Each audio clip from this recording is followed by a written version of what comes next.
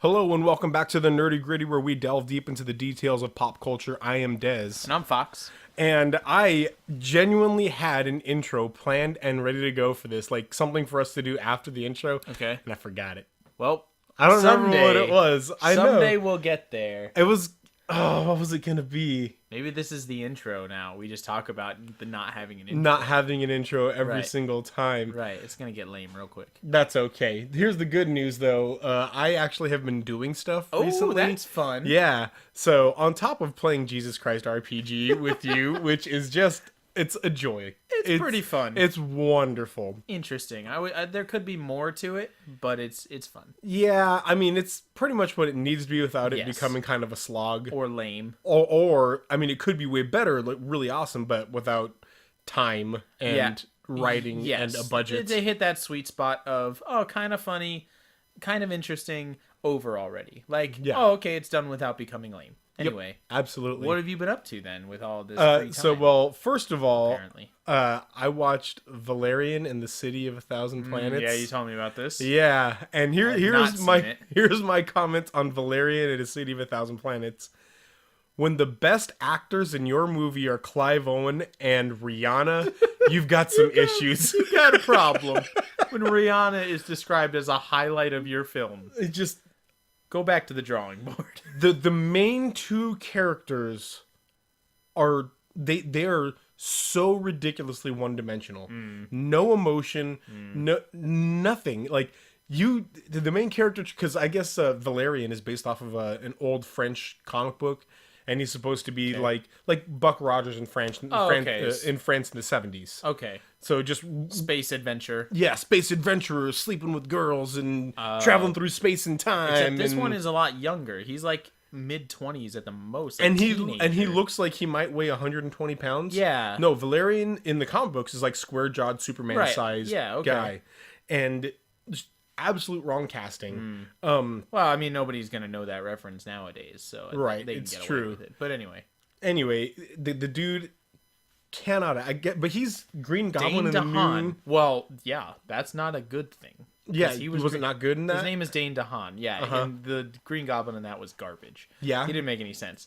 Dane DeHaan was in Chronicle. Do you I remember see that? Yeah, handheld where they got superpowers. right. And that was a good one. Yeah, And he is riding off that since that movie. He's been in a lot. I don't remember him. But I have in not that seen one. anything else where I'm like, that guy's pretty good. Dane DeHaan was like the guy who turns dark in Chronicle. And that was pretty good. And then the highlight of the other girl is she is Enchantress. The girl. Oh, she is, isn't she? She's so that's not Enchantress. a highlight. Right, Because well- Enchantress was garbage.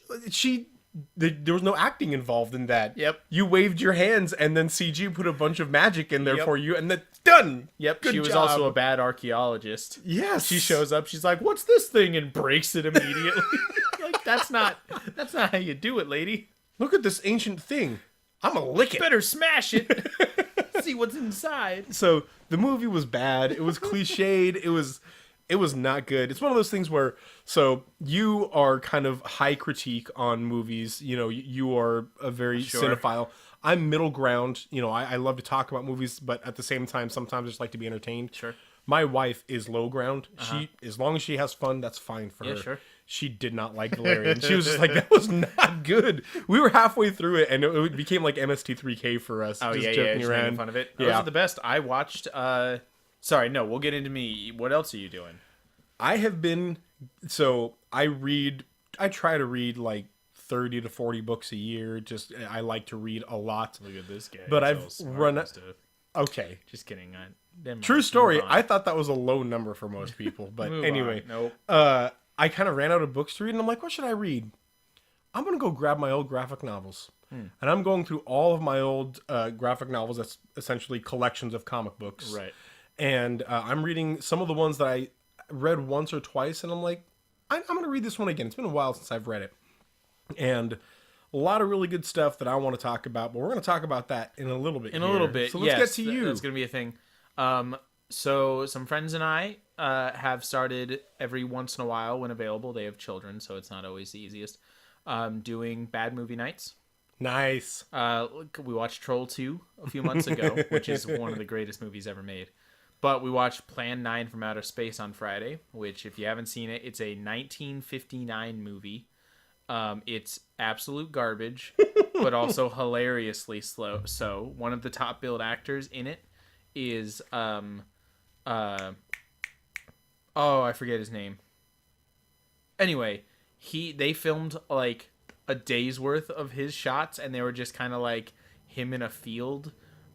Basically, the plot of the movie, if I can kind of get it, if I can remember it or get it,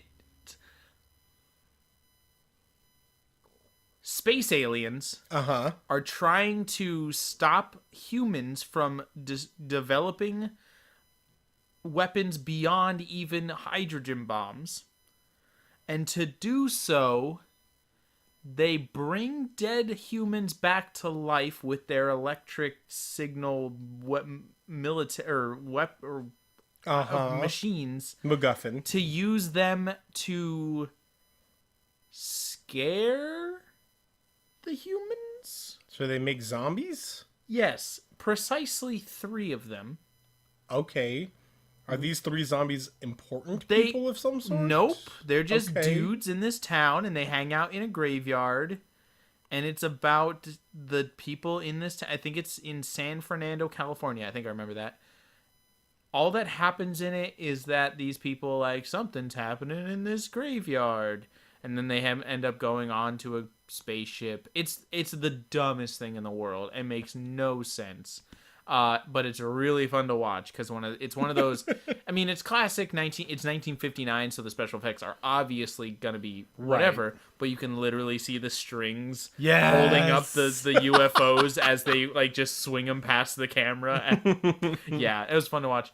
I watched in theaters the new Tomb Raider movie yesterday. Ooh, how was it? Best video game adaptation I have ever seen. Really? My previous my previous winner was Prince of Persia. Oh yeah. Because it was a solid adventure movie and it paid homage to the video games pretty well. This is that. This is a movie about the reboot of Tomb Raider from 2013. Alicia Vikander, who's a great actress, she plays a very convincing Lara Croft. In fact, I like her Lara Croft more than I like the video game Lara Croft. Oh, okay. Yeah. Well, definitely better than Angelina Jolie's. Those movies were not great. Well, Angelina Jolie's Lara Croft was the Lara Croft of the time. Croft. Yeah. This is a better Lara Croft.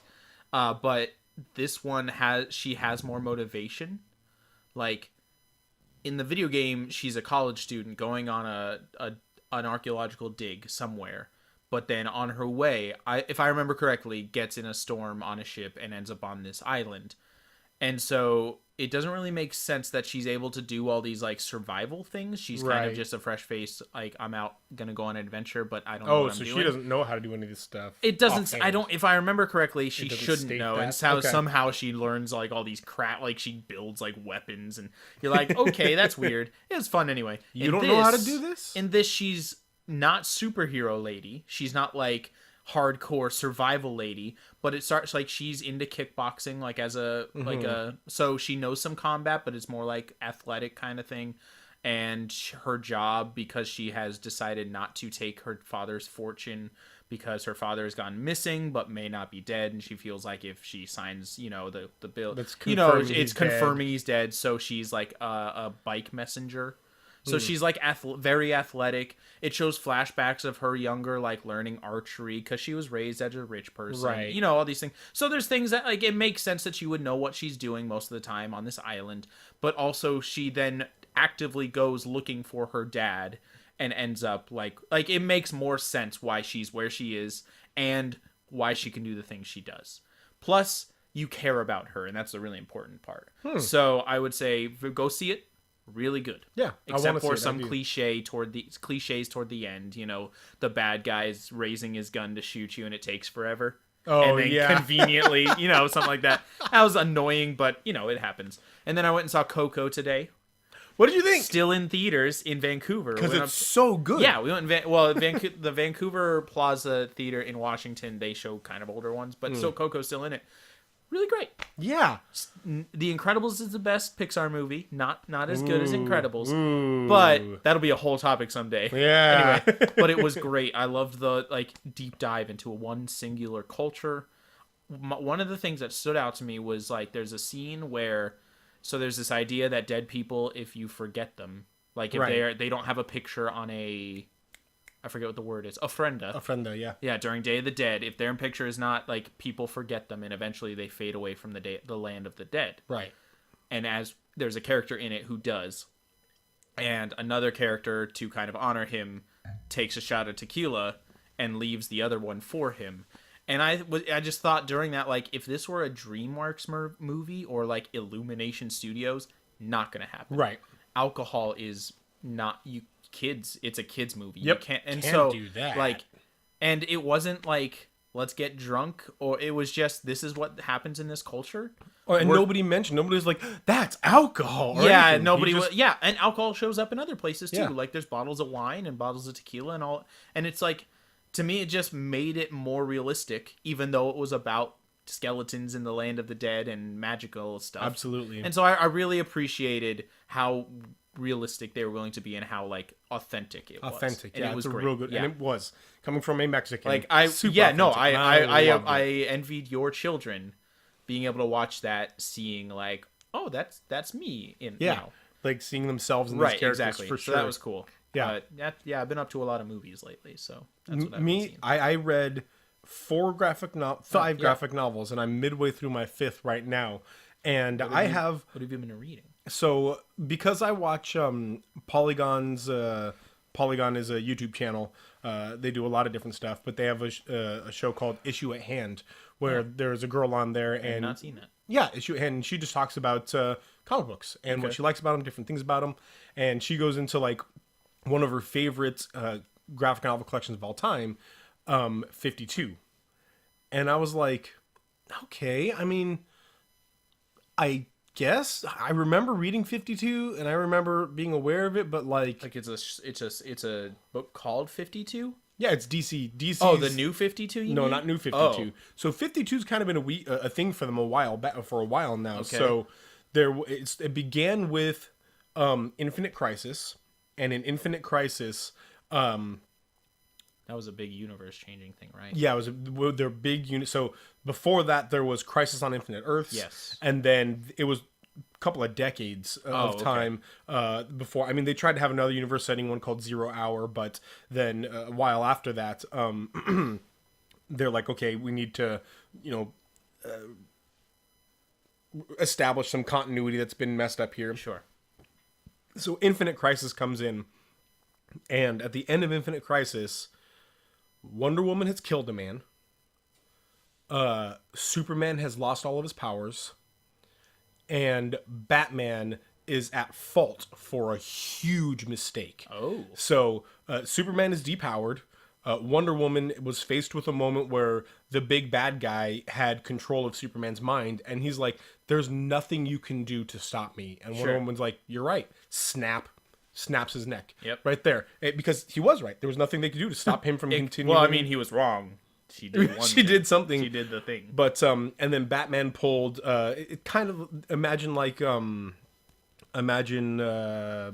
what's his name from Avengers 2? Ultron. Okay. Where there's an artificial intelligence and he's like, "Hey, I'm building you to kind of help us out here." But then the AI is like, I need to help you from yourself. Yeah. And so Classic. And Batman is behind this. Sure. iRobot is really the source of all of this. Right.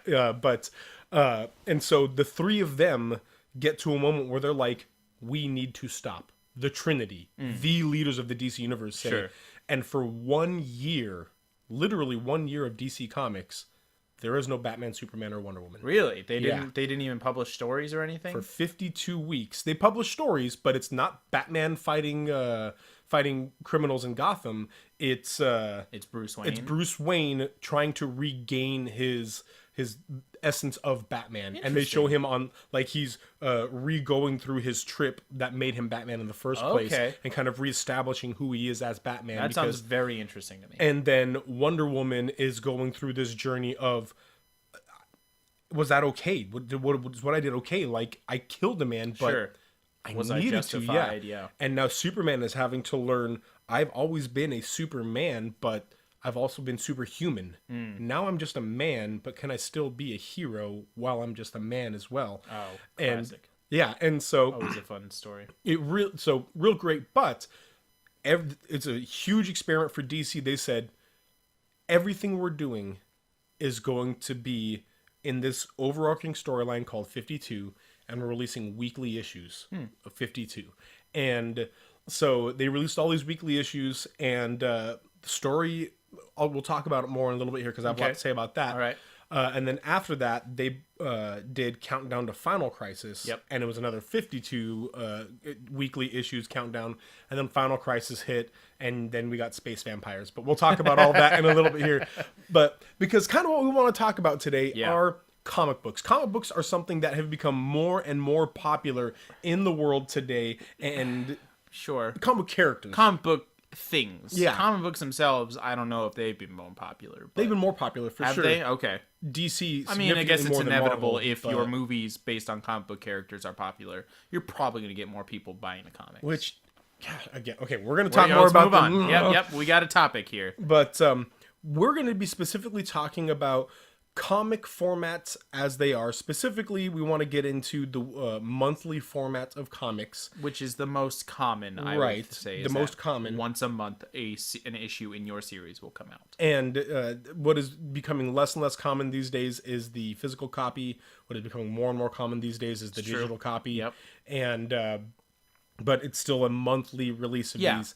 And if that, because of the popularity of comics and because of the way literature works and because of people's basic short attention span, Yep. if the monthly set is still standard or should still be standard, or if they should wait a longer time and make it more intense or a shorter time or whatever. Should it be changed? Is there a Should it better be way to changed? do it? Right. So, what do you think? I mean, you had collected the Sandman issues. You collected the Sandman graphic novels. I am collecting. It's an ongoing thing because there's a lot, but I am collecting the entire Sandman universe.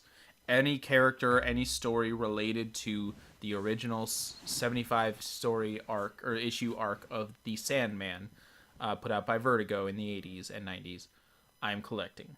So, but that's kind of different. Those have all come out already. There's new stuff on the way, which is actually relevant, I guess, because new stuff has come out that I've been collecting. But I have been a comic book reader for a long time. I have not generally collected single issues or read them as they came out. I've always generally just done graphic novels, like the compilations. The trade paperbacks is the better term. Right, trade is for what paperbacks. we're talking about, because a trade paperback is the collection of a story arc of single issues. Graphic novel can be used for that, but that's more of a single story that's written as a single story in a comic form.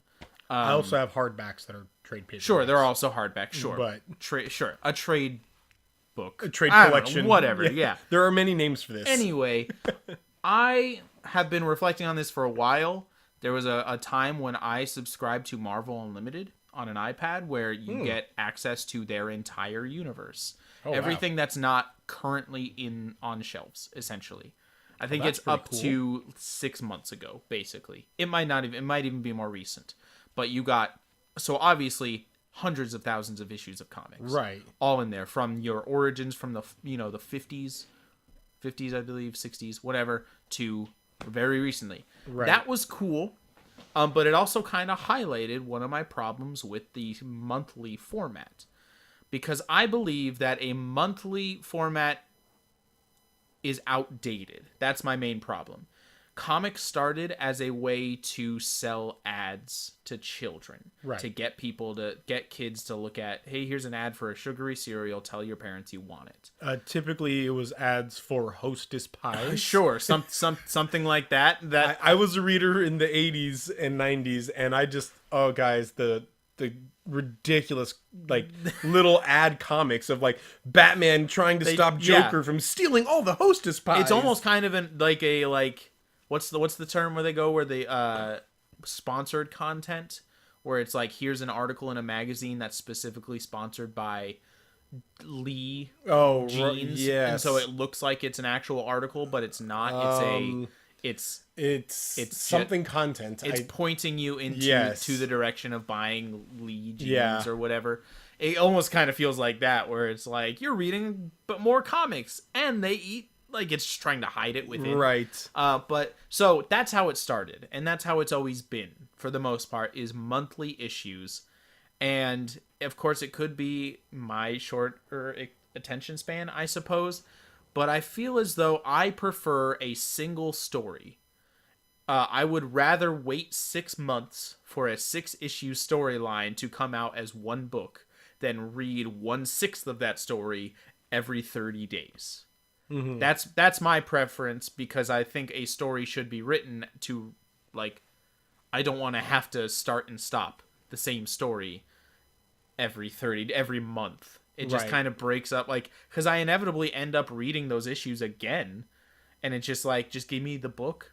I'll pay the equivalent even of how much it costs. You could drive down price. You always do with a trade paperback, but I would buy it and read it once, or more than once probably eventually, but that's my preference. I don't think that a monthly format is relevant anymore. Here's the tough part with this, and the digital comic is changing so much of this.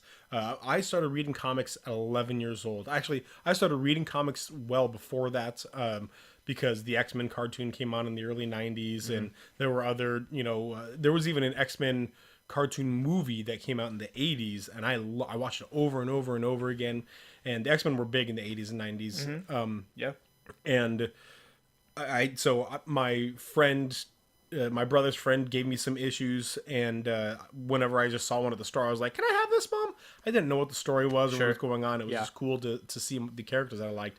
But at 11 years old is when I very first saw something, a comic, I wanted it and bought it, and then the next month I saw the next one, and then the next month I saw the next one, and I just decided at about that point, I'm going to collect this every single month, and it was Robin. So it was the very first time Robin had his own monthly. There had been small, like, mini arcs, miniseries, but for now, or for the first time ever, it was like we're going ongoing years of this, an ongoing monthly, ongoing series. And I got issue number 1 of that, and I still have it to this day. And then I've just been collecting, since then, and I can vividly remember loving so much, knowing tomorrow's going to be the day. I can run into the Walgreens next to my Taekwondo place. It literally was the Walgreens next door to my Taekwondo place. And after Taekwondo, I can go in there. It'll be $3. I'll grab that issue and I'll go up and I'll give the $3 and I'll be able to buy it. Yeah.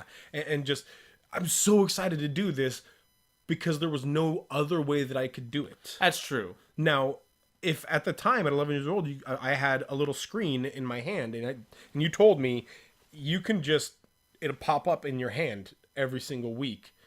Would I have done that? I don't know, because I love the physical copy. I know I'm outdated in that, but I prefer physical copies too. Right.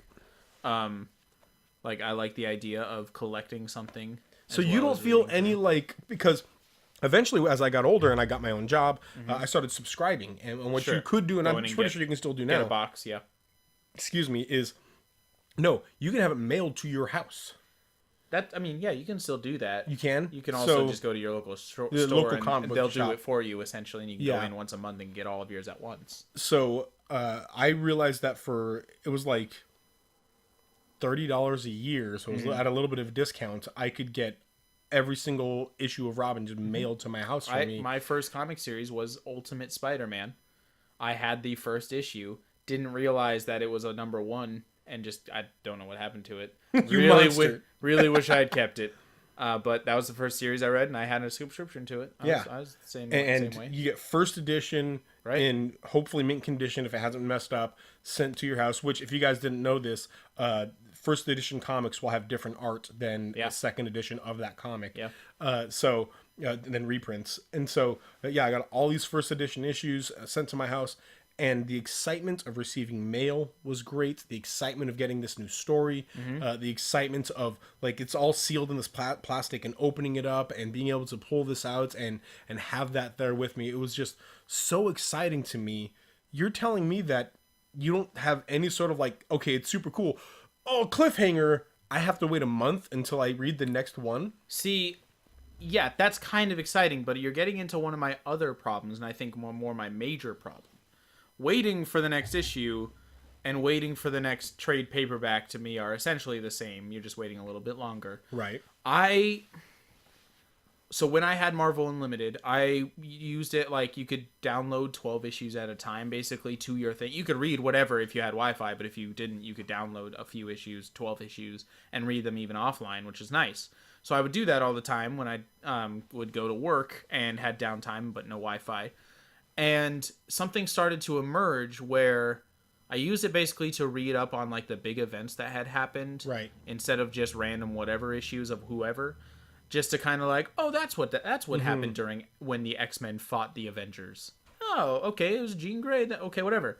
What I started to like kind of see is that when you're writing a story that is coming out once a month, and there is 30 days in between each issue, and each issue is like 24 pages long. It's not that long, and you don't have a lot of time to flesh out everything you want to talk about, probably, as an author. Each issue gets condensed into, especially when it's like a superhero thing, a lot of action. Mm-hmm. There's a lot of fights. Each issue basically has its own mini arc that a overarching story also has. You have your rising action, you have your climax, you have your falling action, all these things.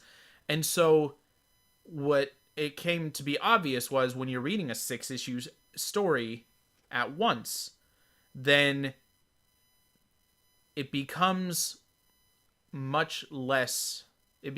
very intense to read it that way. And by intense, I mean just constant action. Mm-hmm. Instead of like in a 6-issue story that's, 24 times 6, whatever pages long, 150 pages long, where you would have that normal arc, you have fight. And all those fights kind of blur into one another. Right. Like, especially, I read a lot of Wolverine. I love Wolverine. He's a violent character. He gets in a lot of fights, of course. Obviously, that's what he does. I'm not saying he shouldn't fight as many people or not get into fights.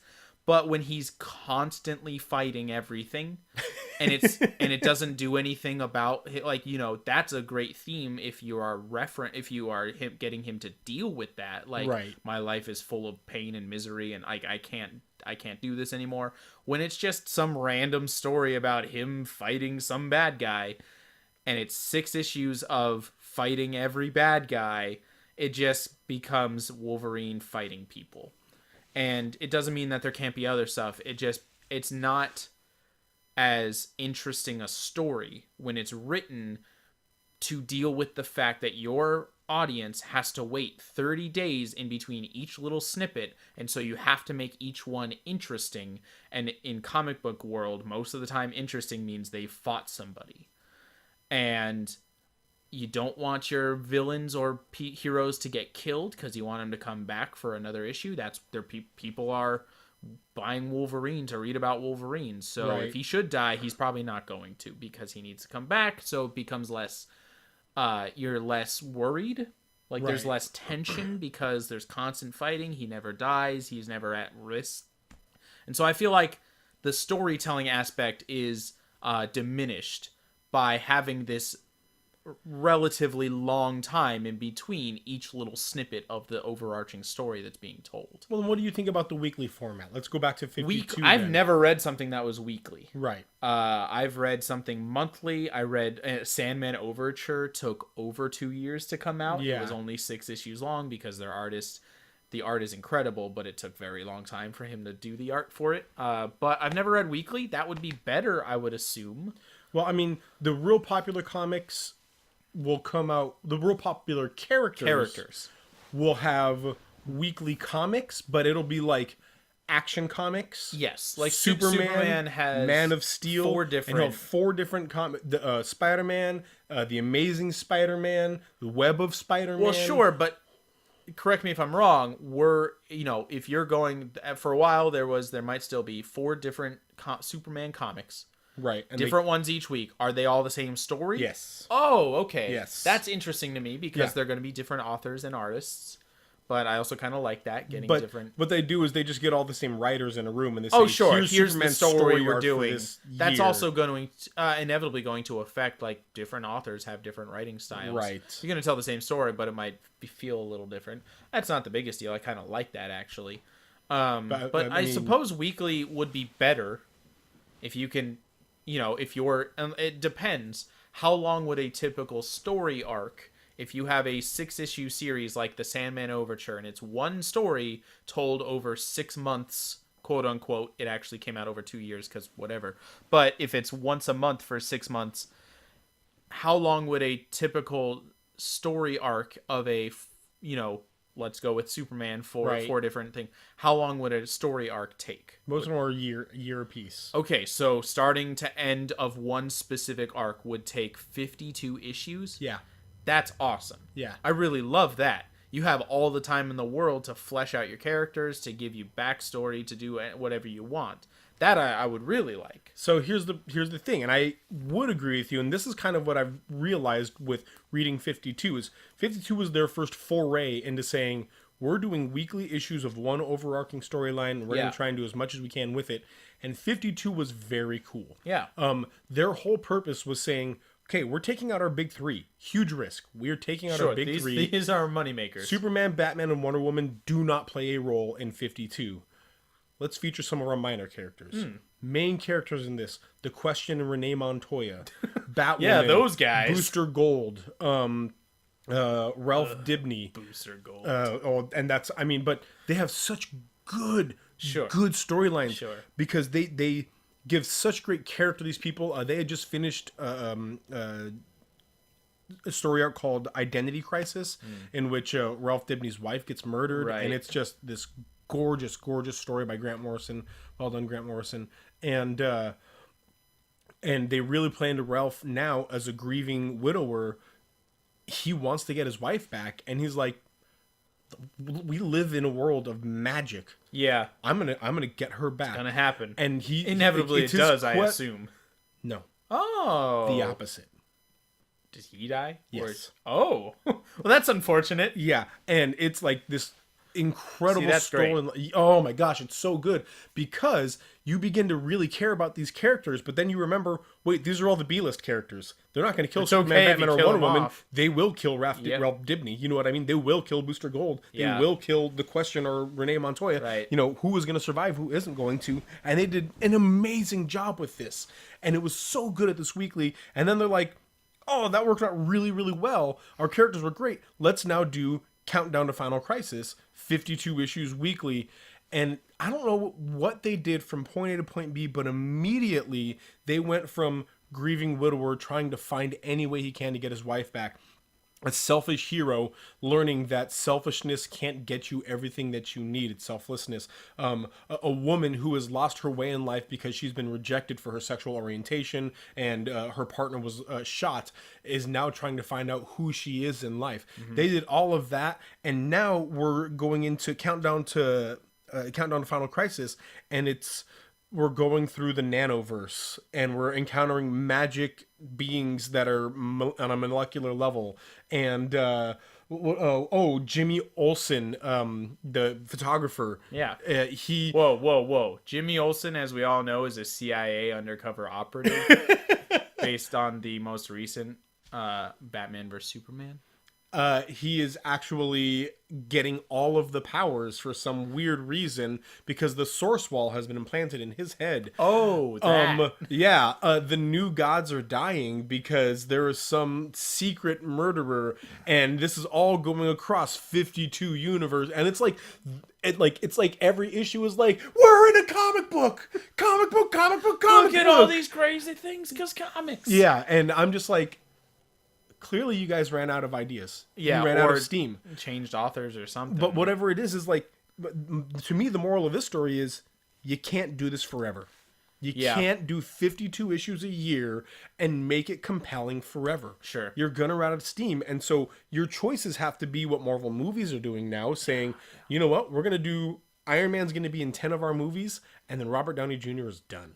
Or whatever. They have like a certain amount of time, and they say, done forever. at least as far as we know, done forever. We all know Captain America's going to die in Infinity War. Yeah, I think that's... Contract-wise, I believe it's his last movie. Yeah, I think and so, he too. Needs to. I mean... I want him to, and I want Bucky to take up the shield. He does when Captain the Winter America... Soldier becomes Captain America. Yeah, for a little while. Yeah. Before Captain America comes back. Like they all do. Because comics. Thanks, Superman. That's why, these movies are fun because, not because there hasn't been any tension because nobody's died, but it is much more limited. And then, which is great. Right. I think that is a good point, a good comparison to make between these, constant storytelling, even monthly, I would say is just constant, like, because you're always having to, do something every month, and there's no end in sight generally. If it's popular, it's going to keep going. Right. With the movies, you have a very limited time. You have contracts. There's so much more that goes into it where you can't just shove all the crap into it that you want to. You have to focus on stories that people care about. Right. Yeah. And if you want to write a story that people cares about, you can't, like, I think to me the monthly issue is the ideal format for this, because that gives you 12, and if it's your super important character, 52, but for the most part it gives you 12 short arcs with hopefully a cliffhanger at the end of each one of these that will, you write the story, it's not too long, but it's also not too short, and you've done something now in which your character can grow over the course of this year.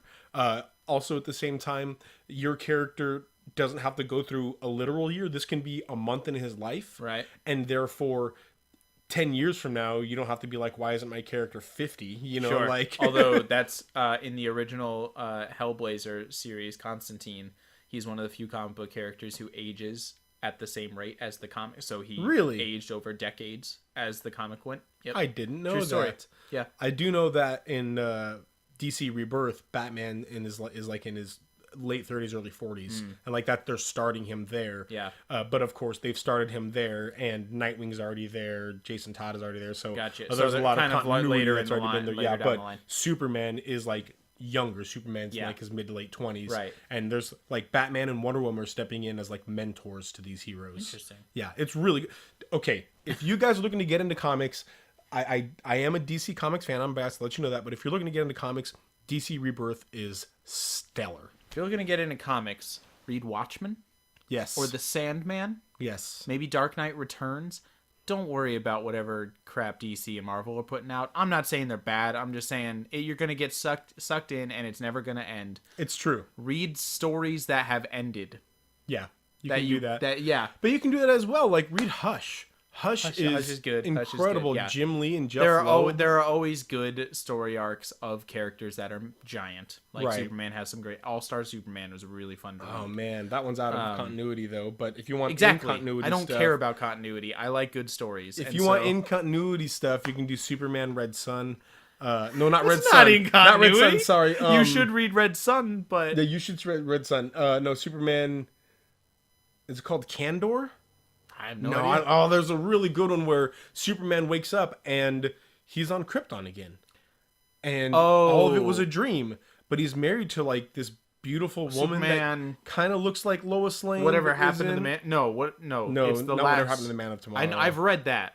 I've read the Whatever Happened, but I've read the one you're talking about. And he lives in the city of Candor. Yeah. And they're like, wait a sec. And finally he remembers like, wait, I had Candor in a bottle. Holy crap, somebody has shrunk me and put me in a bottle. And yes. I've read a different one. Yeah, anyway. One by Alan Moore where there's a weird plant that's giving him... Oh, yes. Yeah. That is Whatever Happened to the Man of Tomorrow. Whatever Happened to the Man of Tomorrow. And they make a Justice League Unlimited cartoon. It's a 2-part cartoon that is that. And it is, I mean, again, if you've never watched Bruce Timm's stuff, Bruce Timm does a lot of the DC Comics cartoons, animated stuff. So good. All right, back to what we were talking about, though. Sorry. After all we've talked about, would you rather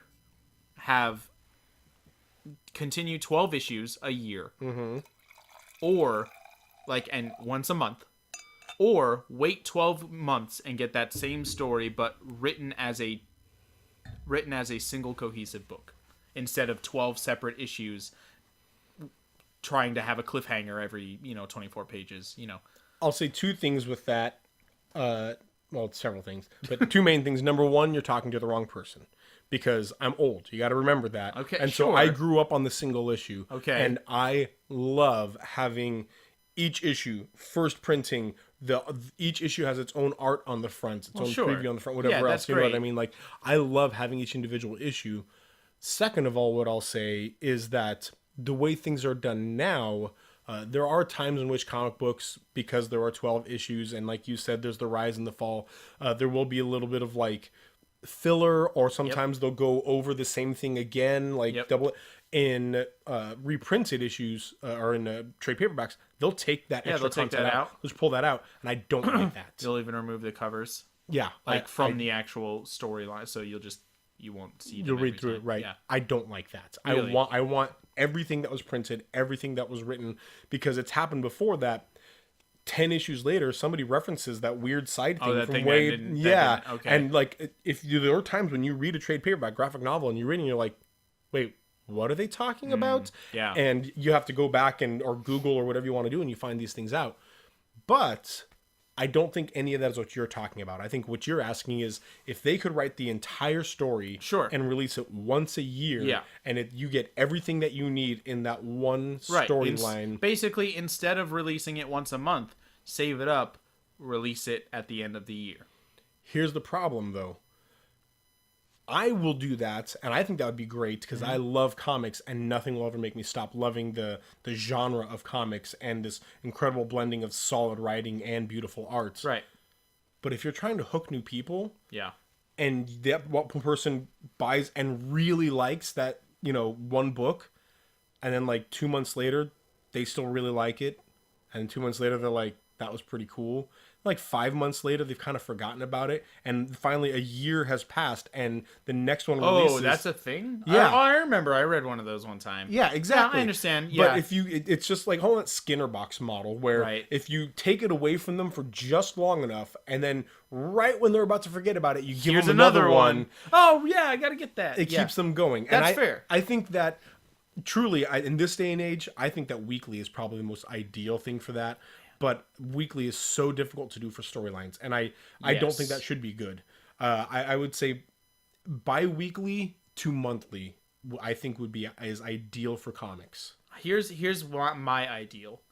Take the movie format that they're doing, that Marvel is doing right now, where it's 3 to 4 a year. It could be more than that, of course. I'm just going with overarching format, where they have their individual characters, but they interact with the others. But if you didn't read the others, you would still get a full story. Mm-hmm. So Iron Man 3 and Captain America 2 have references to each other, like with characters and stuff, but they are separate stories. Right. And then you have your annuals, which will be like your Avengers, where they all come together. You have your big deal. That's what I think they should do. So you're not just waiting, like it's not just here's Marvel's once a year thing. It's we even have every month a big story for you, but there are 12 big stories instead of, I just reduce and so you have I see what you're saying. Captain right now. America 1 and Captain America 2. And they release it every month. And sure. Well, no. But so yeah, January is Captain America. Right. And then February is Iron Man. Yeah. Wednesday is Agents of S.H.I.E.L.D., what they're doing. Wednesday, not March. Wednesday is Agents of S.H.I.E.L.D. Wednesday. I'm thinking Monday, Tuesday, Wednesday. Yeah, March is Agents of S.H.I.E.L.D. February, Wednesday. That's what's the problem? No, you have all these things, and you have like very well like plotted out, like you are planning this out in advance like they do already. Yeah. But like you inform everybody who's reading, this is when this is happening. Like meanwhile at the so and so, maybe you have direct references or just a story synopsis up to there but each one is a 6-issue size trade paperback where you are getting a full and complete story instead of 1/6 of the story, and now you have to wait a month. You get a full story, and then next month you get a full story of another character that's kind of related to what's happening, and you don't have to read it because you can just wait 6 months for the next Agents of S.H.I.E.L.D., but if you do read these other ones, you're going to like that even more. Mm-hmm. So I think that's what would be cool if they took their movie format and put it into comics. I actually love that idea. Yeah, That's like, because right now what they do with comics, and it makes it incredibly difficult for new readers to get in on this, is each DC or Marvel, and within each specific world of theirs, they'll traditionally have one overarching story. So whether it's 52, or Countdown to Final Crisis, or House of M, or it's Mutant Messiah, Civil War. That's why you see War. Civil War, but also Civil War X-Men, Civil War Wolverine, Exactly. Civil War Captain America. And so there will be things that happen in Civil War. If you're just collecting the Civil War issues, the 8 of them. And if you're collecting those, and then all of a sudden they reference some things with Spider-Man, you're like, oh wait, what? Okay, hold on. And then you have to go get the Spider-Man issues. You got to but buy then you read some of those, and you read some of those, and then you're like, hold on, they're referencing something over here. Oh, okay, I got to go get Wolverine issues now, and then I got to go get X-Men. And so, but if you said we promise you one coherent story every month, we promise you every single part of it that you need every month, and in that month you're not going to get 24 pages, you're going to get 100 pages, you're going to get 150 and pages. every December it's all leading up to this. Right. Individually, they all make sense on their own and will reference each other slyly like they do in the Marvel movies, brief mentions or like events that might have happened. Oh, I love this. But like, so here's an example of what you're talking about for me. Civil War. The Civil War storyline is great. One of my favorite comic book storylines ever, because it took comic books and put it into reality, I think. Did a great job the with that. Wolverine specific storyline added an element to the story that I feel like was really cool and kind of sad that it was missing from the actual storyline. Because if you've read the Wolverine, he basically makes it his job to find out why. Okay, Civil War in the comics happened it was a result of a C-lister villain named Nitro. He explodes himself, basically. Blows up an entire town. And he blows up a elementary school. Oh, that's right. He's in the middle of a neighborhood, kills 800 people, including many, many children. Right. And then because of that, the Superhero Registration Act comes into effect. Well, and it was then because Civil some War. C-list superheroes were forming a reality they had TV a reality show that they would go capture, basically Dog the Bounty Hunter capture. Anyway. Yeah. But when he blew up, he was supposed to be a C-lister who couldn't really do anything, and he would just kind of explode a little bit. This was a massive, massive explosion, killing 800 people. Wolverine was like, you know what? Why is that? And he decided, I'm going to figure this out. He finds out that one of the cleanup crews that gets hired by the government to clean up after superhero problems, like the one that we see in Spider-Man Homecoming, which I thought was awesome. I didn't see that. But there's a Spider-Man, the cartoon. They have something like that. Yeah, in Spider-Man Homecoming. Cool. You didn't see it? No, I haven't you seen should. Homecoming It's yet. great. Yeah. There is a cleanup crew that's getting hired. They make references. I'm wondering where it'll go from here. But they find out that one of those cleanup crews has been, like those companies, has been creating like basically super steroids and giving them to those C-listers and causing bigger explosions, bigger destruction. Like, and I thought that was a really cool thing. Yeah. But if you hadn't read Civil War, of course Civil War still makes sense, but you're just kind of missing out because, I don't care about Wolverine, but I want to look at the big Civil War story. Like, right. You're giving, the more casual people are missing out. And so I feel like if instead December is your Civil War, or maybe that's even over 2 months, like November and December, because that's a big deal. But if you just follow every month, you would have read about the Wolverine thing in July. And like, so now you have this even better origin of like, oh no, he's about to blow up and this was happening. Like, and gives you a better, like I think that would be a cool thing to do. Today is Sunday, March 18th. It's 8:44 p.m. and Steve Valdez and Kyle Fox are trademarking this idea of the style of releasing comic books. It's gonna happen. This is such a good idea. I think that's really what should love happen. this. Well, and then at that point, if you buy somebody the Captain America storyline, and then the next month the Black Panther storyline comes out, and they have no idea what Black Panther is, but you tell them, by the way, this plays into that Captain America storyline that you really enjoy. That's fine on its own, but no, I love it. I really do. Right. I think that would be cool. Well, Anyway, guys, yeah, tell us what you think about comic books. How did you get started on comic books? I do want to know that as an old timer here. Let us know what you think about the comic format, how you ingest your comic books, the way that you read them, whether it's digital, whether it's monthly, whether it's weekly, whether it's in trade paperbacks, whatever Right. else. Let us know. And then, of course, talk to your local comic book company. Yeah. If you work at DC Comics, if you are... hey, how's it going? Hire us. If you had Dan DiDio or... Who runs Marvel now? No, I want to say Kevin Feige, but that Kevin Feige is the not Jim Madureira. I know this. Or that guy. Or that guy that I can remember, but not really. Tell them to do comics like this. Brian Michael Bendis. Brian I Michael believe Bendis, is his yeah. name. Yeah. At At least at some point he was. Thank you guys for listening. Thank Yeah. you for your support. We'll see you guys next time. And remember, save games, save lives. See you guys.